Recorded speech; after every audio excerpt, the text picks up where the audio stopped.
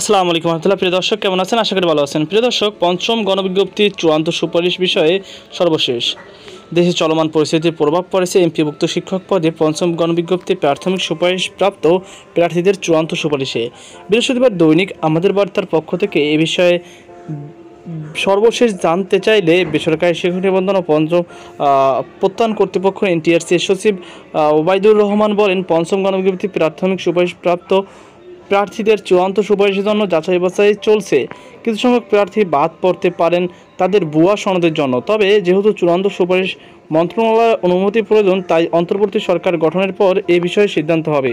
এর আগে এমপিভুক্ত শিক্ষক পদে পঞ্চম গণবিজ্ঞপ্তি প্রাথমিক সুপারিশ প্রাপ্ত প্রার্থীদের আগস্টে চূড়ান্ত সুপারিশ করা হবে বলে জানিয়েছে এনটিআরসি। উল্লেখ্য, 24শে জুলাই পর্যন্ত বিরল ফর্ম জমা দেওয়ার সময় নির্ধারিত ছিল, আর প্রয়োজনীয় কাগজপত্র এনটিআরসির কার্যালয়ে জমা দেওয়ার সময়সীমা ছিল 25শে জুলাই পর্যন্ত।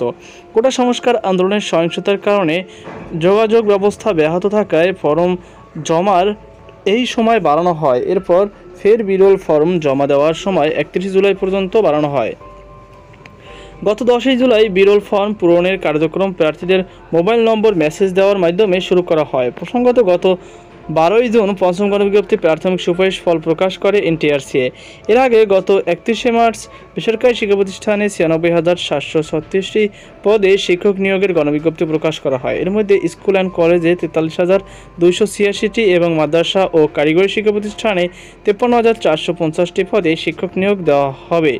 পঞ্চম গণবিজ্ঞপ্তি আবেদন শেষ হয়েছে 9ই মে।